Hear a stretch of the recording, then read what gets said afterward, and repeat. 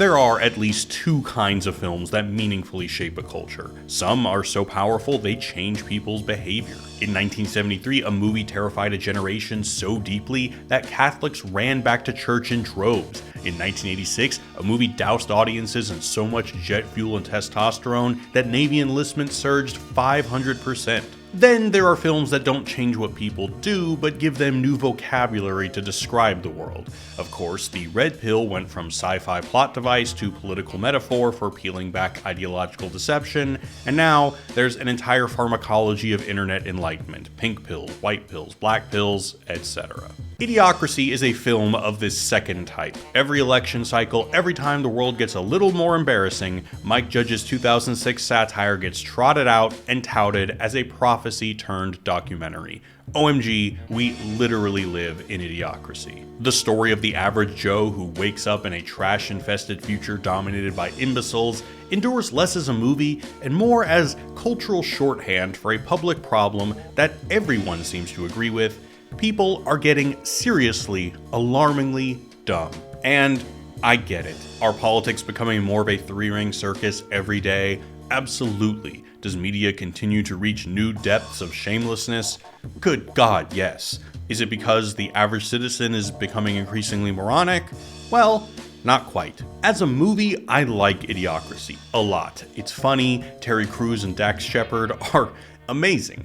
But as a tool people use to diagnose what's wrong with society, I find it kind of smug and annoying. Because what if the film's cultural stickiness says less about the true causes of social decay and more about the story we prefer to tell ourselves about social decay?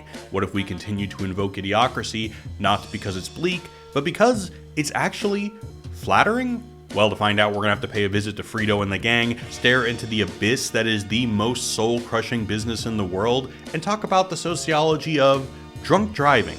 Grab yourself a Brondo and hit that subscribe button because we're about to dive in. But first, a quick recap. Aggressively average Army librarian Joe Bowers is chosen for a top-secret hibernation experiment along with sex worker Rita. When scandal involving the top brass erupts, the experiment is forgotten, and they're left frozen for 500 years. After a trash avalanche opens his pod, Joe wakes up to find himself in a barely functioning society full of complete imbeciles, the product of generations of genetic decay. An aptitude test soon reveals that Joe is the smartest man alive by far. This earns him an audience with President Dwayne Elizondo Mountain Dew Herbert Camacho, who tasks Joe with solving the nation's greatest crisis: the crops are dying. Joe discovers the fields are being irrigated with a sports drink called Brondo, and when he replaces it with water, the economy crashes. So Joe is sentenced to, quote, rehabilitation, but moments before his execution, the people are shown that water works. The crops have begun to grow. Joe is pardoned, eventually succeeds Camacho as the new president, and settles down with Rita. The end. If one were to say Idiocracy makes a moral point, it's basically this. Tell people to read books, tell people to stay in school, tell people to just use their brains or something. And why did people stop doing these things? Well, it's all there in the opening scene. The Idiocracy origin story is explained via two couples, Trevor and Carol, and Cleavon and Trish, and Brittany and Mackenzie and Brandy and Kayla. Cleavon, in the spirit of Frank Booth, everything that moves. Let's anything that moves! Now that's a movie. Anyway, so Cleavon and his ilk produce child after child without restraint or deliberation. While on the other hand, Trevor and Carol consider things like financial stability and emotional readiness. Having kids is such an important decision. We're just waiting for the right time. It's not something you want to rush into. So they plan and delay until it's too late, resulting in a world of too many Cleavon Juniors and not enough Trevor Juniors. This opening has drawn criticism over the years for flirting with eugenics, and while on a literal level it does, the scenario is so ludicrous, the tone so unserious that I doubt viewers walk away believing Idiocracy has solved the problem of social decay through eugenics. What I think they do take seriously, though, is the underlying moral logic that the world is divided between those who lack the discipline to deny immediate pleasures and those who are guided by reflection and reason. And this, I'd argue, is key to Idiocracy's enduring appeal as cultural shorthand for our increasingly embarrassing reality. It offers us clear differentiation, a clean moral fable. There are people who are part of the problem, and there are people who are not. And for one of my favorite sociologists, Joseph Gusfield, this is exactly how we like our public problems packaged. We are deeply attached to symbolic dramas, stories that take incredibly complex issues and flatten them into morality tales with well-defined villains and victims. And to understand how Idiocracy does just this, we're gonna have to talk a little bit about the construction of another well-known cultural problem: drinking and driving. Alcohol can demolish your ability to make good judgments and decisions with the force of a pile driver. In 1981, Gusfield published The Culture of Public Problems, in which he claimed that even the most rigorous data-backed research into drunk driving accidents depends on storytelling. Facts are arranged and framed using literary techniques, turning what is a messy and complex reality into an emotionally satisfying moral drama between good and evil. When we hear about an auto accident involving alcohol, we immediately tell ourselves the same story. Someone drank, made the immoral choice to get behind the wheel, and innocence paid the price. But when Gusfield digs into the data, that clean story starts to unravel. There are a lot more variables at play. For instance, depressed drinkers, poor drinkers, rural drinkers, drinkers driving unsafe cars are all more likely to crash than other drinkers. Moreover, why is drunk driving framed as an individual moral failing when it's just as logical to consider it a problem of transportation? Certainly, if there were more public transit options, if our environment wasn't so spread out, or if our business culture wasn't so tightly bound to alcohol, the accident rate would plummet. Now, his point was not that drinking or individual responsibility is irrelevant. They definitely aren't. It's that public problems require moralistic simplifications to become legible and actionable. Even in the sciences, data gets organized into narratives that make the world feel orderly, essentially stories that allow us to believe that bad results flow neatly from bad choices. And I'd argue Idiocracy does the same thing for the public problem of social decline. It takes a complex reality and translates it into a satisfying moral drama, and like any good moral drama, Idiocracy relies on a few key elements. One is what Gusfield, drawing on theorist Kenneth Burke, calls a sacrificial principle. The idea is that it's easiest to imagine an orderly society when blame can be concentrated. It's easy to understand what society is when you symbolically denigrate what it is not. In the drama of the drinking driver, there's the social drinker, the Boy Scout who has only one beer, then there's the problem drinker, the compulsive, irresponsible degenerate. By isolating him as the cause of harm, the rest of society gets to imagine itself as fundamentally orderly and rational. Idiocracy is built on the same sacrificial principle. Cleavon and his ilk ignore the boundaries of prudent living. They give in to impulse and pursue pleasure without restraint. This failure of self-regulation becomes the original sin that animates all the idiocy that follows. When Joe wakes up in the future, the world is saturated with Cleavon's brand of, quote, redneck culture. Cop cars are plastered with lowrider-style Chicano typography, culinary culture has been reduced to fast food like Carl's Jr. and Fudd. Never mind. The White House lawn is littered with car parts and a hillbilly hot tub. People jet ski in the Lincoln Memorial reflecting pool. Government officials dress like walking NASCAR sponsorships. The justice system plays out like a monster truck rally. And President Dwayne Elizondo Mountain Dew Herbert Camacho used to be a wrestler. It's tempting to read this as just Mike Judge dunking on Bush-era rural conservatives, and he largely is. But people across the political spectrum use Idiocracy to express cultural despair, so I think it's less a demographic and more a moral type. People who lack self-regulation and chase cheap dopamine wherever it leads. I mean, there are slot machines in hospitals, and sex is everywhere. You can get a happy ending at Starbucks. Man, I could really go for a Starbucks, you know? Yeah, well, I really don't think we have time for a hand job, Joe. Baiting is treated as a civic pastime.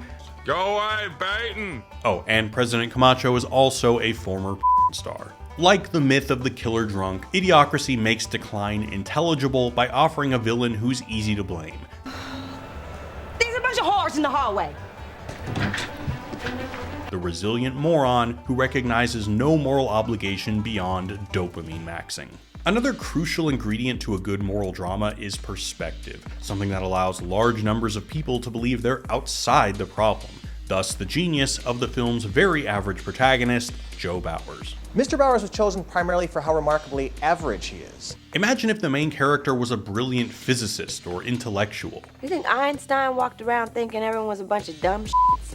The movie wouldn't work nearly as well because Joe's averageness situates him in an ideal relationship to the audience. We'd feel a lot less comfortable joining Joe in judging the Idiocrats if he were some kind of genius, but as a normal dude, well, that's easy to relate to.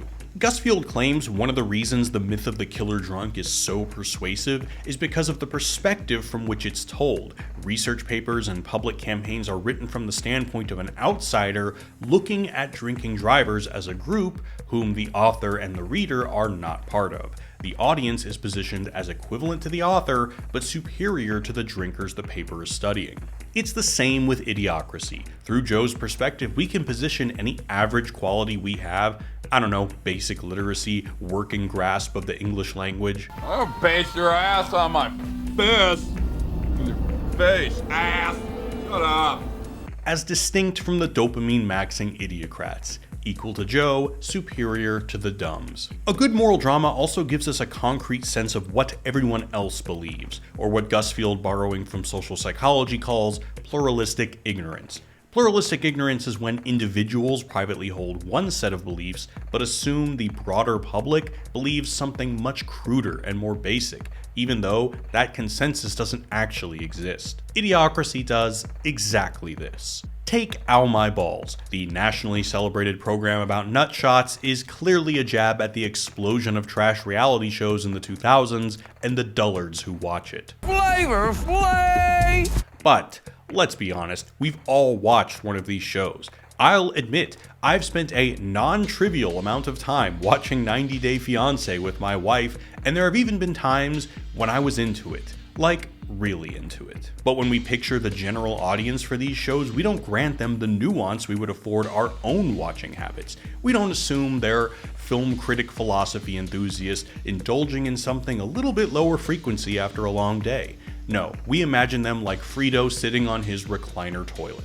Uncritical, slack-jawed, just lapping it up. The same logic operates with the film's take on society-wide corporate takeover. In the future, it seems, everyone has internalized corporate messaging and relies on these businesses entirely. People are named after brands, Hormel, Dr. Lexus, Frito, Mountain Dew, etc. Carl's Jr. takes custody of underprivileged kids. Your children will be placed in the custody of Carl's Jr. AOL, Time Warner, and Taco Bell have merged with the US government. You can apparently go to law school at Costco. Yeah, I know this place is pretty good. I went to law school here. In Costco? And the entire economy relies on a sports drink that has convinced the population via slogan alone that it can manage the agricultural sector. The Brondo's got what plants crave. It's got electrolytes. What are electrolytes? Do you even know? Whenever we watch commercials or sit through some god-awful corporate video, we maintain a sense of personal skepticism. We individually don't buy this nonsense, but assume there must be a vast population of others who do. Why else would these things exist? We imagine ourselves as nuanced and critical, others as impressionable and easily manipulated. Idiocracy is a great moral drama because it gives form to this imaginary consensus, this make-believe mass of people who are nothing but passive receivers of trash culture. That cynical assumption gives a sense of order to the world. We now know why everything sucks. But as Gusfield's study revealed, the truth is rarely that convenient. Yes, a culture increasingly organized around immediate gratification is a problem, but is it because dumb people collectively lost their moral fiber, or did smart people build technologies that aggressively reward content and information aimed at the least reflective part of our brains? Did a population of halfwits start demanding only porn, gambling, and rage bait? Or did a cynical engineer figure out that these things optimize ad clicks? Yes, the pornification of everything is a problem, But is it because dumb people abandon more reflective forms of entertainment? Or did smart tech people radically reshape the dating market, leaving large swaths of the population romantically non-viable, allowing another smart person to monetize that social dysfunction and build the most revenue-efficient company in the modern economy? Yes, the reduction of politics to spectacle and entertainment is a problem, but is it because that's the only thing dumb people will vote for? Or did smart people, consultants, strategists, decide that vibes and joy matter more than concrete policy decisions? Not so different from French fries and burrito coverings. Are we running out of French fries and burrito coverings? So, are people becoming stupider, or have smart people created a feedback loop in which the mental faculties most frequently rewarded become the ones most frequently exercised? And, despite how the film is most often used to sneer at less noble others, there's actually evidence that the film makes a similar point. Because what were the smart people doing while everything was falling apart? Sadly, the greatest minds and resources were focused on conquering hair loss and prolonging erections. Yep, they were monetizing our most primitive drives. And you could even argue that Trevor and Carol might have had children if they weren't living in a society where childcare is an overwhelming economic anxiety, more a problem of incentive than a moral failing. The point isn't that we should banish idiocracy from our vocabulary. If that were my argument, I'd be guilty of the same thing I'm accusing idiocracy of, elevating my viewers safely above the problem. But in the spirit of honesty, maybe there's no denying that part of the appeal of a video like this is that you, my very valued viewers, are being positioned above the people who get their rocks off by dismissing entire populations as imbeciles. But I guess that's kinda Gus Field's point. Anytime something speaks to us, whether it's a video essay or even a scientific study, there's likely some emotional reason for it. As he said, fiction is the shape of fact. The dumber parts of our brains are always going to try to translate complexity into emotionally legible stories. There's no avoiding that, and a movie like Idiocracy is one technology among many that compresses reality into something graspable and motivating. And motivation matters. Societies don't act because they've perfectly understood the facts, they act because a fiction has made those facts feel urgent. So, as tempting as it is, it would be disingenuous to end this video with a call to work past the fictions and stick to the facts. Hell, I mean, if anything, the defining problem of our species might just be figuring out which fictions are the right ones to represent the facts. So instead of closing with a call to be more informed, I'll say this: watch more movies, read more novels, binge more series, and analyze them. Figure out why they push your buttons, because those are likely the same buttons that shape how you interpret and act on the real world.